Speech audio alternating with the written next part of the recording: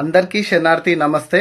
అయితే మల్లన్న గండ దీపం మొక్కులు ఎందుకు అని అంటే, ఇంట్లో ఇక అన్ని దారులు మూసుకపోయినాయి, ఏ దారి లేదు, అసలు ఏం చేయాలా, ఈ పనులను ఈ గండం నుంచి నేను ఎట్లా తప్పించుకోవాలి అనే పరిస్థితులు వచ్చినప్పుడు, ఏదన్నా ఒక వ్యక్తి మానసిక స్థితి బాగలేక, లేకపోతే ఇంట్లో ఉండబుద్ధి కాక, అసలు ఇంట్లో ఇంటి పట్టుకు ఉండకుండా ఆయన జీవితం అస్తవ్యస్తమవుతున్న సమయం లోపల, ఇంకోటి బాగా అంటే ఇక ఇంట్లో ఎట్లాంటి పరిస్థితులు అంటే, ఒకరికొకరు పడకుండా గొడవలు పడడము, ఇట్లాంటి స్థితులు అవ్వడము, లేదా బండ్ల మీదకి వెళ్ళి పడడము, యాక్సిడెంట్స్ అవ్వడం, అనుకోని సంఘటనలు, కొట్లాటలు, పంచాయతీలు ఇట్లాంటివి అయ్యే సమయం లోపల మల్లన్నకు ఇల్లు శుద్ధి చేసుకొని, మల్లన్న ముందు ఒక కొంచెం బండారేసి మైసాచి పొగలేపి దీపం ముట్టించి ఆయనకు మొక్కుకోవాల.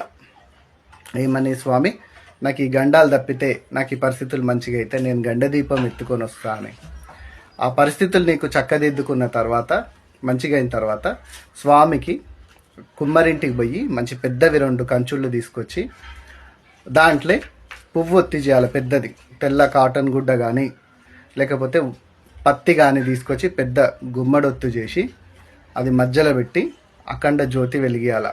ఆ కంచులను కడిగి పసుపు రుద్ది, పసుపు కుంకుమ బొట్లు పెట్టి అఖండ జ్యోతి వెలిగియాల. ఎట్లా అంటే, ఒక పచ్చటాకులో బియ్యం పోసి కానీ ఆ దీపాన్ని పెట్టాలా, లేకపోతే గొంగట్లో బియ్యం పోసి కానీ ఆ దీపాన్ని పెట్టి అక్కడ మైసాచి పొగలేపి కొబ్బరికాయ కొట్టి స్వామికి కొంచెం బండారేసి దండం పెట్టుకొని, ఎవరి గురించి అయితే మొక్కిరో వాళ్ళు, లేకపోతే ఆ ఇంటి పెద్ద నెత్తిలో పెట్టుకొని స్వామి దగ్గరికి తీసుకొచ్చి గంగరేం చెట్టు దగ్గరికి 5 ప్రదక్షిణాలు చేసి ఆ గంగరేం చెట్టు కింద పెట్టి కొబ్బరికాయ కొట్టాలి. ఇది గండ దీపం సమర్పించే పద్ధతి. చాలా మంచిది. ఎన్నో గండాలు పోతాయి.